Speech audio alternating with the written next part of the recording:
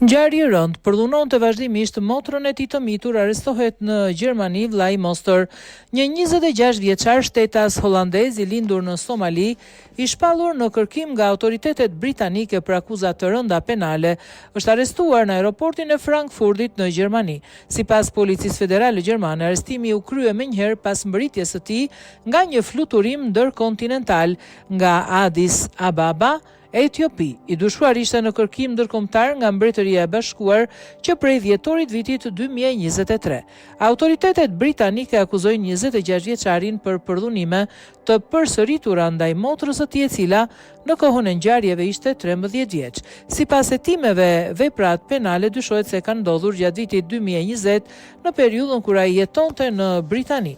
Në një njoftim zyrtar, Policia Federale Gjermane konfirmoi se arrestimi u bën bazë të një urdhër arresti ndërkombëtar dhe se i dyshuari u paraqit përpara gjyqtarit kompetent në Frankfurt. Ai është mbajtur në paraburgim, ndërsa emri i tij nuk është bërë publik për arsye procedurale.